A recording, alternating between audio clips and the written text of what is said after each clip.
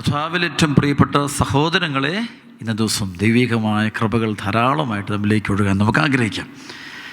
ഇത് തിരുവചനമായിട്ട് അച്ഛൻ നിങ്ങൾക്ക് തരാൻ പോകുന്നത് 1 കൊറിന്തോസ് 1 അധ്യായം 1 മുതൽ 7 വരെയുള്ള തിരുവചനമാണ്. യേശുക്രിസ്തുവിൻ്റെ അപ്പസ്തോലനായി ദൈവഹിതാനുസരണം വിളിക്കപ്പെട്ട പൗലോസും സഹോദരൻ സൊസ്തേനോസും കൊറിന്തോസിലുള്ള ദൈവത്തിൻ്റെ സഭയ്ക്ക് എഴുതുന്നത്, യേശുക്രിസ്തുവിൽ വിശുദ്ധരായവർക്കും വിശുദ്ധരാകാൻ വിളിക്കപ്പെട്ടവർക്കും നമ്മുടെ കർത്താവായ യേശുക്രിസ്തുവിൻ്റെ നാമം എല്ലായിടത്തും വിളിച്ചപേക്ഷിക്കുന്ന എല്ലാവർക്കും നമ്മുടെ പിതാവായ ദൈവത്തിൽ നിന്നും കർത്താവായ യേശുക്രിസ്തുവിൽ നിന്നും കൃപയും സമാധാനവും. യേശുക്രിസ്തുവിൽ നിങ്ങൾക്ക് കൈവന്ന ദൈവകൃപയ്ക്ക് ഞാൻ നിങ്ങളെ പ്രതി ദൈവത്തിന് സദാ നന്ദി പറയുന്നു. എന്തുകൊണ്ടെന്നാൽ അവിടുന്ന് എല്ലാവിധത്തിലും, പ്രത്യേകിച്ച് വചനത്തിലും വിജ്ഞാനത്തിലും നിങ്ങളെ സമ്പന്നരാക്കി. യേശുക്രിസ്തുവിനെ പറ്റിയുള്ള സാക്ഷ്യം നിങ്ങൾ ഉറപ്പിക്കപ്പെട്ടതിൻ്റെ ഫലമായി നമ്മുടെ കർത്താവായ യേശുക്രിസ്തുവിൻ്റെ വെളിപാട് കാത്തിരിക്കുന്ന നിങ്ങൾക്ക് യാതൊരു ആത്മീയ ദാനത്തിൻ്റെയും കുറവില്ല. നമ്മുടെ കർത്താവായ യേശുക്രിസ്തുവിൻ്റെ ദിനത്തിൽ നിങ്ങൾ കുറ്റമില്ലാത്തവരായിരിക്കേണ്ടതിന് അവസാനം വരെ അവിടുന്ന് നിങ്ങളെ പരിപാലിക്കും. തൻ്റെ പുത്രനും നമ്മുടെ കർത്താവായ യേശുക്രിസ്തുവിൻ്റെ സഹവാസത്തിലേക്ക് നിങ്ങളെ വിളിച്ച് ദൈവം വിശ്വസ്തനാണ്. പ്രിയ സഹോദരങ്ങളെ, ഇന്ന് വളരെ അധികം താഴ്മയോടെയും പ്രാർത്ഥനാപൂർവ്വം അച്ഛൻ നിങ്ങൾക്ക് തരാൻ പോകുന്ന വചനം ഇതാണ്. 1 കൊറിന്തോസ് 1:5. എന്തുകൊണ്ടെന്നാൽ അവിടുന്ന് എല്ലാവിധത്തിലും, പ്രത്യേകിച്ച് വചനത്തിലും വിജ്ഞാനത്തിലും നിങ്ങളെ സമ്പന്നരാക്കി. ഞാൻ ഈ സുവിശേഷ മേഖലയിട്ട് വന്നിട്ടിപ്പോൾ ഏകദേശം 26 വർഷത്തോളം സുവിശേഷം പഠിച്ച് സുവിശേഷം പ്രസംഗിക്കാൻ തുടങ്ങിയിട്ട് പലരും ആളുകളിൽ ചോദിക്കാറുണ്ട്, വെച്ചാൽ എങ്ങനെയാണ് ഈ കൃപകളിലേക്ക് വരാൻ കാരണം, എന്താണ് ഇങ്ങനൊരു തിരഞ്ഞെടുപ്പ് എടുത്താണ് കാരണം. സെമിനാരി പഠിച്ചുകൊണ്ടിരുന്നൊരു കാലഘട്ടത്തിൽ, തിയോളജി ഫസ്റ്റ് ഇയർ സ്റ്റുഡൻ്റ് ആയിരിക്കുന്ന കാലത്ത് ഞാൻ ദൈവവചനം കേൾക്കുന്ന ഒരു പ്രത്യേക ഒരു സാഹചര്യത്തിൽ പോകാനിടയായി. അപ്പോൾ ദൈവവചനം കേട്ടുകൊണ്ടിരുന്നപ്പോൾ അതിൽ നിന്നൊരു ശക്തി, പറഞ്ഞറിയിക്കാനാവാത്തൊരു ജീവൻ എന്നിലേക്കിത് പ്രവഹിക്കുന്നത് ഞാൻ അനുഭവിച്ചു. അതോടെ എന്തൊന്നുമില്ലാത്തൊരു ദാഹം ദൈവവചനത്തോടുണ്ടായി.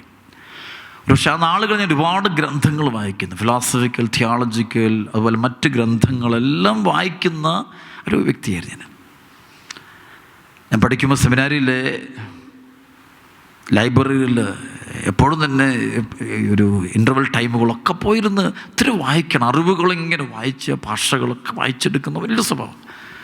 അപ്പം അങ്ങനെ ഓടി നടന്നൊരു കാലഘട്ടം. ആ നാളുകൾ എൻ്റെ ഒരു സ്വപ്നം തന്നെ എല്ലാ സയൻസുകളെക്കുറിച്ചും പഠിക്കണം. അപ്പം പഠനത്തിൽ ബുദ്ധി വളരണം, അറിവ് വളരണം, ഒത്തിരി അറിവുണ്ടാകണം. എങ്കിൽ മാത്രമേ നമ്മൾ ഈ ലോകത്തോട്ട് ഇറങ്ങുമ്പോൾ എന്തെങ്കിലുമൊക്കെ നന്മ ചെയ്യാൻ പറ്റുള്ളൂ ഞാൻ വിശ്വസിക്കുകയും ചിന്തിക്കുകയും ചെയ്തൊരു കാലഘട്ടം. പഠന കാര്യങ്ങൾ വളരെയധികം താല്പര്യപൂർവ്വം ഒരു സബ്ജക്റ്റും അത് മാക്സിമം പഠിച്ചെടുക്കാനുള്ള, താത്വികമായിട്ടാകാം, അത് റീസണിങ്ങോടുകൂടി വിത്ത് ലോജിക്, ഒരു ഔട്ട്ലുക്കോട് കൂടി തന്നെ അത് പഠിച്ചെടുക്കണമെന്നുള്ള നല്ല താല്പര്യമുള്ള വ്യക്തി. അപ്പോഴാണ് എനിക്ക് ഇങ്ങനെ ഒരു ചേഞ്ച് എൻ്റെ ജീവിതത്തിൽ തന്നെ സംഭവിക്കുന്നത്. ദൈവവചനം കേട്ടുകൊണ്ടിരുന്നപ്പോൾ ഒരു പ്രത്യേകമായ ഒരു ജീവൻ, ഒരു കൃപയുടെ ഒന്നിൽ തന്നെ ഒരു രൂപാന്തരീകരണം ഉണ്ടായ ദൈവവചനം എന്നിലൊരു രൂപാന്തരീകരണം, പതനത്തിന് ഒരു പുതിയൊരു വ്യക്തിയാക്കിയുമായൊരു സംഭവം. ദൈവവചനത്തിന് കുറേ കൂടെ അനുസരണപ്പെടാനുള്ളൊരു കൃപ, വിധേയപ്പെടാനുള്ളൊരു കൃപ, അത് കൃപ തന്നെ പ്രവർത്തിക്കുന്നത് ഞാൻ എൻ്റെ ജീവിതത്തിൽ തൊട്ടറിഞ്ഞൊരു സംഭവമാണ്. അപ്പോൾ ആ നാളുകൾ അതുകൊണ്ട് ഞാൻ ഒരുപക്ഷെ മറ്റെല്ലാ ഗ്രന്ഥങ്ങളും മാറ്റിവെച്ചിട്ട് ഞാൻ ബൈബിൾ വായിക്കാൻ തുടങ്ങി, ബൈബിൾ പഠിക്കാൻ തുടങ്ങി. ഓരോ വചനങ്ങളും കാണാപ്പാഠം പഠിച്ച് അത് ഹൃദയം സൂക്ഷിച്ച് കഷ്ടപ്പെട്ട് പഠിക്കാൻ തുടങ്ങി, കഷ്ടപ്പെട്ട് വായിച്ച് പഠിക്കാൻ തുടങ്ങി. അത് ഓർമ്മയിൽ സൂക്ഷിക്കാൻ കൃപ കിട്ടുക, അത് എനിക്ക് നന്നായിട്ട് ഓർമ്മ കിട്ടാൻ തുടങ്ങി. ഒരു 15-20 ദിവസം കൊണ്ട് എനിക്ക് തോന്നുന്നു ഒരു 2000-ഓളം ദൈവവചനം എൻ്റെ ഹൃദയത്തെ കൂട്ടിക്കൊണ്ടു വന്നു. ഇൻ്റർവൽ ടൈമിലൊക്കെ ദൈവം, കാരണം അതിൻ്റെ ഒരു പവർ വേറിട്ട പവറാണ്. പിന്നീട് ഞാൻ സെമിനാരിൽ വെച്ച് തന്നെ ഞങ്ങൾ ക്ലാസ്സുകൾ എടുക്കാനായിട്ടൊക്കെ പുറത്ത് പോകുമ്പോൾ, പള്ളികളിൽ പോകുമ്പോൾ, കുർബാനയ്ക്ക് പ്രസംഗിക്കാനുള്ള അവസരങ്ങളൊക്കെ കിട്ടുമ്പോൾ, അല്ലെങ്കിൽ മറ്റു സാഹചര്യങ്ങൾ പ്രസംഗിക്കാൻ സൗകര്യം കിട്ടുമ്പോൾ, വചനം പ്രസംഗിക്കുമ്പോൾ ഒരു ദൈവവചനം പറയുമ്പോൾ ആളുകൾ ഉണർന്നിരിക്കുന്ന അനുഭവം. ദൈവവചന പ്രഘോഷണം കഴിഞ്ഞ് ഇറങ്ങുമ്പോൾ ആളുകൾക്ക് മാനസാന്തരം ഉണ്ടാകുന്ന അനുഭവം ഞാൻ കണ്ടുമുട്ടി. അപ്പോൾ എനിക്ക് മനസ്സിലായി ഇതിലൊരു ഒരു ഒരു ഒരു sparking, A different sparking. ദൈവവചനത്തിനകത്തൊരു sparking ഉണ്ട്.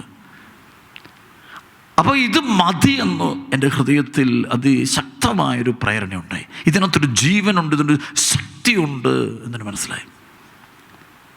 എൻ്റെ ആത്മീയ പിതാവ് പറയുന്നൊരു വാക്കുണ്ടായിരുന്നേ, മർക്കോസ് 12:24, വിശുദ്ധ ലിഖിതങ്ങളോ ദൈവവചനത്തിൻ്റെ ശക്തിയോ അറിയാത്തത് കൊണ്ടല്ലേ നിങ്ങൾക്ക് തെറ്റുപറ്റുന്നത്. വിശുദ്ധ ലിഖിതങ്ങളോ, എന്താണ് വിശുദ്ധ ലിഖിതങ്ങൾ? പരിശുദ്ധാത്മാവിനാൽ എഴുതപ്പെട്ട വചനങ്ങൾ. വിശുദ്ധ ലിഖിതങ്ങളോ ദൈവവചനത്തിൻ്റെ ശക്തിയോ അറിയാത്തത് കൊണ്ടല്ലേ നിങ്ങൾക്ക് തെറ്റുപറ്റുന്നതെന്ന് ഈശോ നിയമജ്ഞരോടും ഫരിസയരോടും പറയുന്നൊരു വാക്കുണ്ട്. ശരിക്കും അവർക്കും പറ്റിയൊരു പ്രശ്നം ഈ ദൈവവചനത്തിൻ്റെ ശക്തി അറിഞ്ഞുകൂടായിരുന്നു. യോഹന്നാൻ 17:17 പറയുന്നുണ്ട്, അവരെ അങ്ങ് സത്യത്താൽ വിശുദ്ധീകരിക്കണമേ, അവിടുത്തെ വചനമാണ് സത്യം. ഈശോ ദൈവവചനമാണ്, ആ വചനത്തിൻ്റെ ശക്തി.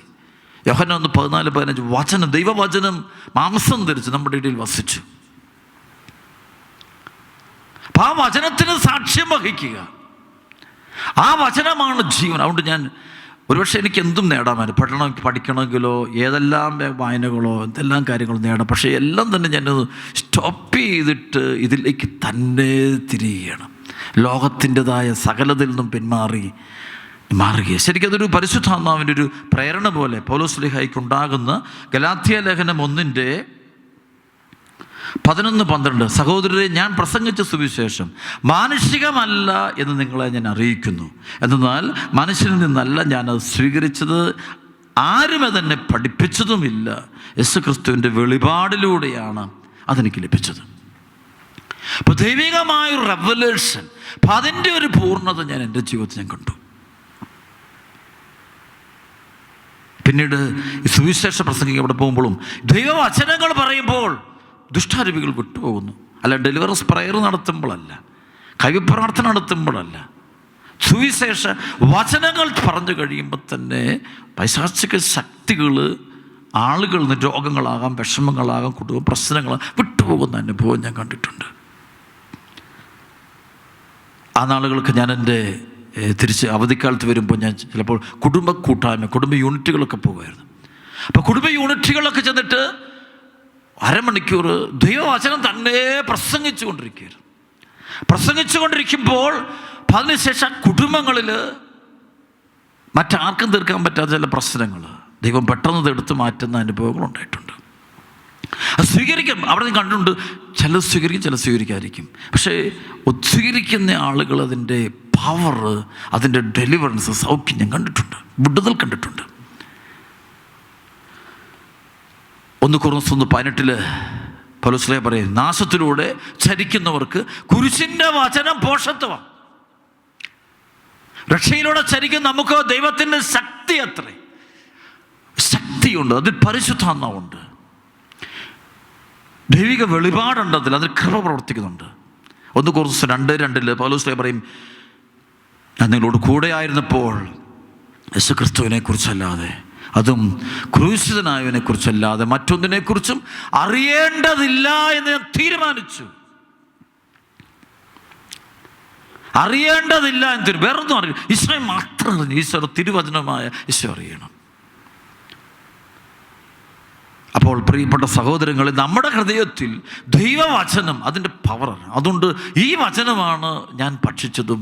മറ്റെല്ലാം ഏതുതരം വിദ്യാഭ്യാസം ഏതുവഴി എനിക്ക് പോകാൻ എന്തെല്ലാത്ര എന്ത് വേണമെങ്കിലും ചെയ്യാമായിരുന്നു. അപ്പോൾ ആ വചനത്തിന് വേണ്ടി ചില നിലപാടുകൾ ജീവിതത്തിലെടുത്തു. ആ വചനം വിശുദ്ധിയോടെ കൈകാര്യം ചെയ്യണം. ആ വചനം ഉപയോഗിക്കുമ്പോൾ വിശ്വാസം വേണം. ദൈവവചനത്തിൽ ഉപയോഗിക്കുമ്പോൾ വിശ്വാസം വേണം, വിശുദ്ധി വേണം. അത് ഉപയോഗിക്കുമ്പോൾ എളിമ വേണം. 1 പത്രോസിൻ്റെ 5:6-7 പറഞ്ഞ്, കർത്താവിലെ ശക്തമായ കരത്തിന് താഴ്മയോടെ നിൽക്കുവിൻ, തക്ക സമയത്തോട് നിങ്ങൾ ഉയർത്തിക്കൊള്ളൂ. യാക്കോബ് ലേഖനം 4-ാം അധ്യായത്തിൻ്റെ 5 മുതൽ 9 വരെയുള്ള വചനം പറയുന്നു, 6 മുതൽ 9 വരെ വചനം പറയുന്ന പോലെ ആകയാൽ അവിടുത്തെ കൃപാവരച്ചൊരു ദൈവം അഹങ്കാരികളെ എതിർക്കുകയും എളിമയുള്ള കൃപ നൽകുക. എളിമ ഈ ദൈവവചനമായി ഈശോയായിട്ട് കാണാനുള്ള ഒരു കൃപയാണ് അതിൻ്റെ എളിമ. വിശുദ്ധ എലിസബത്ത് പരിശുദ്ധ അമ്മയോട് പറയുന്നുണ്ട്, ലുക്കാ 1:45, ദൈവം അരുളി ചെയ്ത വചനങ്ങൾ വിശ്വസിച്ച നീ ഭാഗ്യവതി. ദൈവവചനം വിശ്വസിക്കുക എന്ന് വെച്ചാൽ അത് കൃപയാണ്. പല ആളുകൾ അംഗീകരിക്കാത്തത് അത് കൃപ കിട്ടാത്തതുകൊണ്ടാണ്. ഞാൻ പറയും, കൃപ കിട്ടിയവർ അതേ സ്വീകരിക്കുകയുള്ളൂ. സ്ഥാനമാനങ്ങളോ അധികാരങ്ങളോ നേട്ടങ്ങളോ ലോകം തരാവുന്ന ഒരുപാട്, അതിനേക്കാളും വാല്യൂ ഉണ്ട് ഈ കയ്യിലിരിക്കുന്ന ബൈബിളിന്, ദൈവവചനത്തിനെന്ന് എനിക്കൊരു അനുഭവമാണ്. ആ ദൈവവചനത്തിൻ്റെ വില ഞാൻ തിരിച്ചറിഞ്ഞു. അതെൻ്റെ ജീവിതത്തെ മുഴുവൻ മാറ്റിക്കളഞ്ഞു. അത് ഞാൻ പഠിക്കാൻ തുടങ്ങി, പഠിക്കാൻ തുടങ്ങി, ഹൃദയം സംഗ്രഹിക്കാൻ തുടങ്ങി, രാത്രിയും പകലും വായിക്കാൻ തുടങ്ങി. അത് ഇന്നുകൊണ്ട് എന്തുകൊണ്ട്. അപ്പോൾ ആ വചനം എപ്പോഴും കൂട്ടത്തിൽ കൊണ്ടുപോകുന്ന അനുഭവം. ആ വചനം അതിനോട് വിശുദ്ധ ബൈബിളിൽ 2-ാമത്തെ കൽപ്പന പറയുന്ന പോലെ കർത്താവിൻ്റെ നാമം വൃഥാ ഉപയോഗിക്കരുത്. അതായത് ദൈവനാമത്തിന്, ഈശോയുടെ തിരുവചനത്തിന് ഡ്യൂ റെസ്പെക്റ്റ്, വേണ്ടത്ര ബഹുമാനം, ആദരവോടെ ഉപയോഗിക്കണം. അതിന് വെറുതെ ഇങ്ങനെ പിച്ച് ചെയ്യുന്ന വിധത്തിലുള്ള വ്യാഖ്യാനങ്ങൾ നടത്തരുത്. അതിനകത്ത് പ്രവർത്തിക്കുന്ന പരിശുദ്ധാത്മാവിനെ ഇല്ലാതാക്കുന്ന വിധത്തിലുള്ള വ്യാഖ്യാനങ്ങൾ പാടില്ല. നേരെ മറിച്ച് ആ വചനത്തെ ജീവൻ കൊടുക്കുന്നു. അതിന് സ്നേഹിക്കണം, ഈശോയോട് സ്നേഹിക്കണം. പൗലോസ് ശ്ലീഹ ആ വചനത്തിൻ്റെ ശക്തി അറിഞ്ഞുകൊണ്ടാണ് പറഞ്ഞത്. എഫേസോസ് ലേഖനം 6:18-19-20 വചനം എഫേസോസിലെ സഭയോട് ദൈവവചനത്തെക്കുറിച്ച് പൗലോസ് ശ്ലീഹ പറയുന്നത് ഇങ്ങനെയാണ്: നിങ്ങൾ അപേക്ഷകളോടും വ്യാജനകളോടും കൂടെ എല്ലാ സമയവും ആത്മാവിൽ പ്രാർത്ഥന നിരതരായിരിക്കുവിൻ, അവിശ്രാന്തം ഉണർന്നിരുന്ന് എല്ലാ വിശുദ്ധർക്കും വേണ്ടി പ്രാർത്ഥിക്കുവിൻ. ഞാൻ വായി തുറക്കുമ്പോൾ എനിക്ക് വചനം കിട്ടുന്നതിന്, വായി തുറക്കുമ്പോൾ വചനം കിട്ടാൻ പ്രാർത്ഥിക്കണം. അപ്പോൾ അത് സാധാരണ വാക്ക് കിട്ടാൻ വേണ്ടി പ്രാർത്ഥനയാണോ? അതല്ല. നന്നായിട്ട് പ്രസംഗിക്കാനുള്ള വാക്ക് അതല്ല. അതല്ല. ഞാൻ വായി തുറക്കുമ്പോൾ എനിക്ക് ദൈവവചനം കിട്ടാൻ വേണ്ടി നിങ്ങൾ പ്രാർത്ഥിക്കണം. അപ്പോൾ അത് വേറിട്ടൊരു സ്വരമാണത്. ഇത് തന്നെ നമുക്ക് മത്തായിയുടെ സുവിശേഷത്തിൽ 10-ാം അധ്യായത്തിൽ 19-ാമത്തെ വചനമുണ്ട്. ഈശോ പറയുകയാണ്, ശിഷ്യന്മാരെ പറഞ്ഞു വിടുന്നപ്പോൾ, അവരെ സുവിശേഷ വേലയ്ക്ക് വിടുമ്പോൾ പറയുന്നുണ്ട്, അവർ നിങ്ങളെ ഏൽപ്പിച്ചു കൊടുക്കുമ്പോൾ എങ്ങനെ പറയണമെന്നോ എന്തു പറയണമെന്നോ നിങ്ങൾ ആകുലപ്പെടേണ്ട. നിങ്ങൾ പറയേണ്ടത് ആ സമയത്ത് നിങ്ങൾക്ക് നൽകപ്പെടും.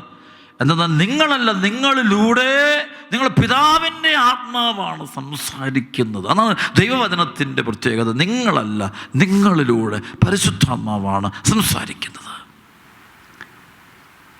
അപ്പോൾ ദൈവവചനത്തിൻ്റെ ഒരു ജീവൻ്റെ ശക്തി, സൗഖ്യത്തിൻ്റെ ശക്തിയുണ്ട്. ഈശോ പറയുന്നുണ്ട് യോഹന്നാൻ 6:61, ആത്മാവാണ് ജീവൻ നൽകുന്നത്, ശരീരമൊന്നിനും ഉപകരിക്കുന്നില്ല. ഞാൻ നിങ്ങളോട് പറഞ്ഞ വചനങ്ങൾ ആത്മാവും ജീവനുമാണ്. ഞാൻ പരിശുദ്ധ കുർബാനയെക്കുറിച്ച് ക്ലാസ് കൊടുക്കുമ്പോൾ ഞാൻ ബൈബിൾ ദൈവവചനത്തിൽ എന്തല്ല പരിശുദ്ധ കുർബാനയെക്കുറിച്ചുള്ള വചനം പറഞ്ഞുകൊണ്ടിരിക്കുമ്പോൾ ആളുകൾക്ക് കുർബാനയുടെ അനുഭവം ഉണ്ടാകുന്നു, ബലിയിൽ പങ്കെടുക്കാനുള്ള തീഷ്ണത കൂടുന്നു, ജീവനോട് ബലിയിൽ പങ്കെടുക്കാൻ അവർ തയ്യാറാകുന്നു. കുമ്പസാരം എന്ന കൂദാശയെക്കുറിച്ച് ദൈവവചനം പറയുമ്പോൾ, അപ്പോൾ ദൈവവചനം ഇത് പഠിക്കാൻ, ഹൃദയം സംഗ്രഹിക്കാൻ നമ്മൾ തയ്യാറാകണം. അതിന് നമ്മൾ ചിലർക്ക് വില കൊടുക്കാതെ ദുർവ്യാഖ്യാനം നടത്തുന്നത് അത് വലിയ പാപമാണ്, ദൈവനിഷേധമാണ്, ദൈവകൽപ്പനകളോടുള്ള ഒരു മറുതലിക്കുന്ന സ്വഭാവമാണ്. അത്തരം ദുർസ്വഭാവങ്ങൾ നമ്മുടെ ജീവിതത്തിൽ നിന്ന് പൂർണ്ണമായി മാറിയിരിക്കണം. ആ ദൈവവചനത്തെ സ്വീകരിക്കണം. ഹെബ്രായർ 4:12 കർത്താവിൻ്റെ തിരുവചനം ഇരുതല വാളിനേക്കാൾ മൂർച്ചയേറിയതും ഛേദനയിലും ആത്മാവിലും സന്ധിബന്ധങ്ങളിലും മജ്ജയിലും തുളച്ചു കയറി ഹൃദയത്തിൻ്റെ വിചാരങ്ങളെയും നിയോഗങ്ങളെയും വിവേചിക്കുന്നതുമാണ്. അതിൻ്റെ മുമ്പിൽ ഒരു സൃഷ്ടിയും മറഞ്ഞിരിക്കുന്നില്ല. ദൈവവചനം അത് ഹൃദയത്തിൽ നിറഞ്ഞാൽ അത് ജ്ഞാനം പ്രവർത്തിക്കുന്നത് കാണാൻ പറ്റും, അരൂപി പ്രവർത്തിക്കുന്നത് കാണാൻ പറ്റും, സൗഖ്യങ്ങളുണ്ടാകുന്നത് കാണാൻ പറ്റും, വിടുതലുണ്ടാകുന്നത് കാണാൻ പറ്റും, വിശുദ്ധീകരണം ഉണ്ടാകുന്നത് കാണാൻ പറ്റും. ആ വചനത്തിൻ്റെ ശക്തി നമ്മൾ അറിയണം. വെളിപാട് പുസ്തകത്തിൻ്റെ 1-ാം അധ്യായത്തിൽ, വെളിപാട് പുസ്തകത്തിൻ്റെ 1-ാമത്തെ അധ്യായത്തിൻ്റെ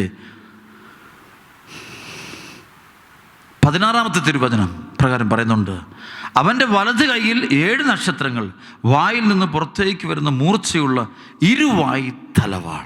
ഈശോയുടെ അധരത്തിലൂടെ പുറത്തേക്ക് ഇരുവായ്ത്തലവാൾ എന്ന് വെച്ച് കഴിഞ്ഞാൽ ഇരുത്തലവാൾ, ദൈവവചനം. ശരിക്കും പെന്തക്കോസ്താ നാളിൽ ശിഷ്യന്മാരുടെ മേൽ പരിശുദ്ധാത്മാവ് നിറഞ്ഞു കഴിഞ്ഞപ്പോൾ അവരുടെ അധരത്തിലൂടെ ദൈവവചനം തന്നെ വരുന്നു, ദൈവഹിതം വെളിപ്പെടുന്നു, വിശുദ്ധിയുടെ വചനങ്ങൾ വരുന്നു. കാരണം പരിശുദ്ധാത്മാവ് നിറഞ്ഞവൻ്റെ നാവുകളിലൂടെ വരുന്നത് മുഴുവനും പരിശുദ്ധാത്മാവിൻ്റെ സ്വരങ്ങളായിട്ട് മാറുന്നു. അവിടെ അത് കേൾക്കുന്നവർക്ക് അതിൽ മാറ്റം അനുഭവപ്പെടുന്നു, കേൾക്കുന്നവർക്ക് സൗഖ്യമുണ്ടാകുന്നു, കേൾക്കുന്നവർ എല്ലാവരും ഈശോ അറിയുന്നു. അതുകൊണ്ട് പത്രോസ്ലീഹ ആദ്യ സുവിശേഷ പ്രഘോഷണം നടത്തി കഴിയുന്ന വേളയിൽ ആ നിമിഷത്തിൽ തന്നെ 3000-ഓളം ആളുകൾ മമ്മദിസം മുങ്ങി സഭയിലേക്ക് വരാൻ കാരണം അവരുടെ പരിശുദ്ധാത്മാവിൽ നിറഞ്ഞുള്ള വാക്കുകളാണ്. ആ വാക്കുകൾക്ക് ജീവനുണ്ട്, ശക്തിയുണ്ട്, സൗഖ്യമുണ്ട്, മാനസാന്തരമുണ്ട്. അത് കേൾക്കുമ്പോൾ പിശാചുക്കൾ ആളുകളുടെ ശരീരത്തിലുണ്ടെങ്കിൽ അത് വിട്ടുമാറിപ്പോകുന്നു. കുടുംബങ്ങളിൽ നിന്ന് അസ്വസ്ഥത മാറുന്നു, അവിശ്വാസം മാറുന്നു, നെഗറ്റീവ് തോട്ട്സ് മാറുന്നു, ഭയം മാറുന്നു, ഉത്കണ്ഠ മാറുന്നു, ആനന്ദം ഉണ്ടാകുന്നു, ആഹ്ലാദം ഉണ്ടാകുന്നു. കാരണം ദൈവാത്മാവ് പ്രവർത്തിക്കുന്നു.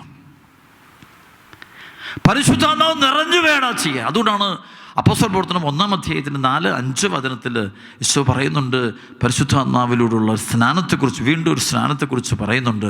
പരിശുദ്ധാത്മാവ് നിങ്ങളെ സ്നാനപ്പെടുത്തും. അരൂപിയുടെ സ്നാനത്തെക്കുറിച്ച് അത് സംഭവിച്ചു കഴിയുമ്പോൾ അപ്പോസ്തല പ്രവർത്തനം 1-ാം അധ്യായത്തിൻ്റെ 4-5 വചനം, അവൻ അവരോടൊപ്പം ഭക്ഷണത്തിരിക്കുമ്പോൾ കൽപ്പിച്ചു, നിങ്ങൾ ജെറുസലേം വിട്ട് പോകരുത്, എന്നിൽ നിന്ന് നിങ്ങൾ കേട്ട പിതാവിൻ്റെ വാഗ്ദാനം കാത്തിരിക്കുക. എന്തെന്നാൽ യോഹന്നാൻ വെള്ളം കൊണ്ട് സ്നാനം നൽകി, നിങ്ങളാകട്ടെ ഏറെ താമസിയാതെ പരിശുദ്ധാത്മാവിനെ സ്നാനപ്പെടും.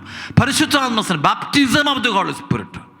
അപ്പം അത് സംഭവിച്ചു കഴിഞ്ഞപ്പോൾ ഇവിടെ അധരങ്ങളിലൂടെ പോകുന്ന വചനങ്ങൾ ഇരുതലവാളായിട്ട് മാറുകയാണ്.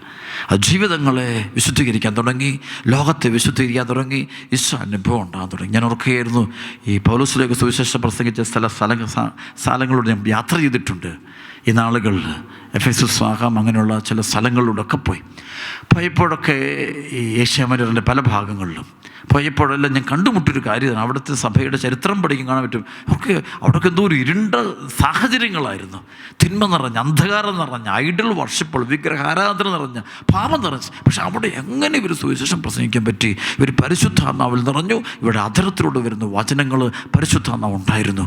അവരുടെ ദൈവവചനമാണ് അവർ പ്രവർത്തനം. അതുകൊണ്ടാണ് പൗലോസ്യരുടെ ലേഖനങ്ങളൊക്കെ വായിക്കുമ്പോൾ ആ ലേഖനങ്ങൾ ഓരോ വാക്കുകളിലും പരിശുദ്ധാത്മാവിൻ്റെ ജീവൻ പ്രവർത്തിക്കും. അതുകൊണ്ടാണ് അത് ഇന്ന് നമ്മളിരുന്നത് ആവർത്തിച്ച് വായിക്കുമ്പോൾ അതേ അനുഭവം നമുക്കുണ്ടാകുന്നത്. അതുകൊണ്ട് ഞാൻ പറഞ്ഞത് മറ്റൊന്നുമല്ല എൻ്റെ പ്രിയപ്പെട്ട സഹോദരൻ, ഞാൻ പഠിച്ചുകൊണ്ടിരുന്ന കാലത്ത് ഞാനും ചെറിയൊരു ബുദ്ധിജീവി എന്ന് പറയാവുന്ന പോലെ ചിന്തിച്ചിരുന്ന കാലഘട്ടമുണ്ട്. അപ്പം അങ്ങനെ പഠനങ്ങൾ അതെല്ലാം മാറ്റിവെച്ച് ഇതിന് ഇത്രമാത്രം വില കൊടുക്കുക, ഇത് മാത്രമേ പ്രസംഗിക്കുള്ളൂ എന്ന് ശക്തമായിട്ട് തീരുമാനമെടുക്കാനുണ്ടായ ഒരു കാരണം അതിൻ്റെ പിന്നിൽ അതിൽ ഞാൻ കണ്ടൊരു ഒരു കൃപയുടെ ഒഴുക്ക് വേറൊന്നിലും കണ്ടിട്ടില്ല. അതിനൊടുക്കുന്ന ജീവൻ്റെ ശക്തി, ഒരു ആത്മാവിൻ്റെ ശക്തി, അത് വേറെ ഒരു ഗ്രന്ഥങ്ങളിലും അതേ പവർ, അതേ ജീവൻ ഒഴുകുന്നത് കണ്ടിട്ടില്ല. അപ്പോൾ അതൊരു വേറിട്ട് തന്നെ അത് പ്രവർത്തിക്കുന്നത്, അതിൻ്റെ ഒരു പവർ ഡിഫറെൻ്റായിട്ട് വളരെ യൂണീക്കായിട്ട് വളരെ ആത്മാവിൻ്റെ ശക്തി പ്രവർത്തിക്കുന്നത് കണ്ടു. അതാണ് എന്നെ വളർത്തിയത്, എന്നെ വിശുദ്ധീകരിച്ചതും എൻ്റെ സഹനങ്ങളിൽ പോലും എന്നെ പിടിച്ചു നടത്തിയതെല്ലാം ആ ദൈവത്തിൻ്റെ തിരുവചനമാണ്. വേറൊന്നും ദൈവവചന ഹൃദയത്തിൽ ഉണ്ടായിരുന്നതുകൊണ്ട് മാത്രമാണ് അത് നമ്മളെ കൈപിടിച്ച് നടത്തിയത്. അവിടെ ഇന്ന് ഈ വചനം കേട്ടുകൊണ്ടിരിക്കുന്ന എൻ്റെ പ്രിയപ്പെട്ട സഹോദരങ്ങളെ, ദൈവവചനത്തിന് നിങ്ങളുടെ ജീവിതത്തിൽ 1-ാം സ്ഥാനം കൊടുക്കണം. സങ്കീർത്തനം 119-ന്റെ 105-ാമത്തെ വചനം, കർത്താവിൻ്റെ വചനൻ്റെ പാദങ്ങൾക്ക് വിളക്കും വഴികളിൽ പ്രകാശവുമാണ്. അപ്പം വഴികൾക്ക്, നീ പോകുന്ന വഴികളിൽ പ്രകാശം വിതറും നിനക്ക് ദൈവവചനം ഉണ്ടെങ്കിൽ. ദൈവവചനം നിൻ്റെ വഴികളെ പ്രകാശപൂരിതമാക്കും. നിൻ്റെ തീരുമാനങ്ങളും നിൻ്റെ ആലോചനകളെല്ലാം ദൈവാത്മാവ് ചരിക്കുന്ന അതിശക്തമായ ഇടപെടലുണ്ടാകും. ദൈവം എല്ലാവരെയും അനുഗ്രഹിക്കട്ടെ. ആമേൻ.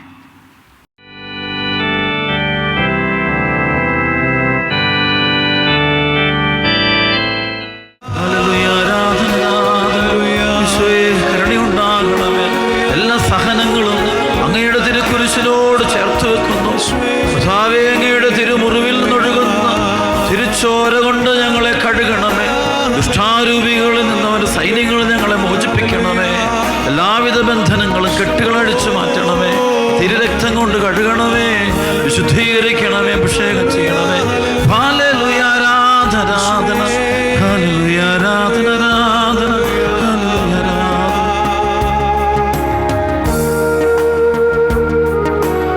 എന്നെ നിത്യതയോടടുപ്പിക്കുന്ന എല്ലാ അനുഭവങ്ങൾക്കും നന്ദി.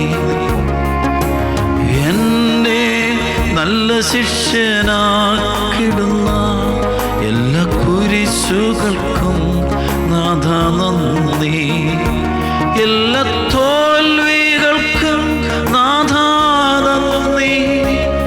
നിന്റെ മുഖം കാണുവാനതു നിമിത്തമായി എല്ലാ കണ്ണുനീരിനും നാഥ നന്ദി. നിന്റെ സാന്നിധ്യമറിയാൻ ഇടയായി താഴ്വരയിൽ മുള്ളുകളിൽ പരിതീർപ്പുപോ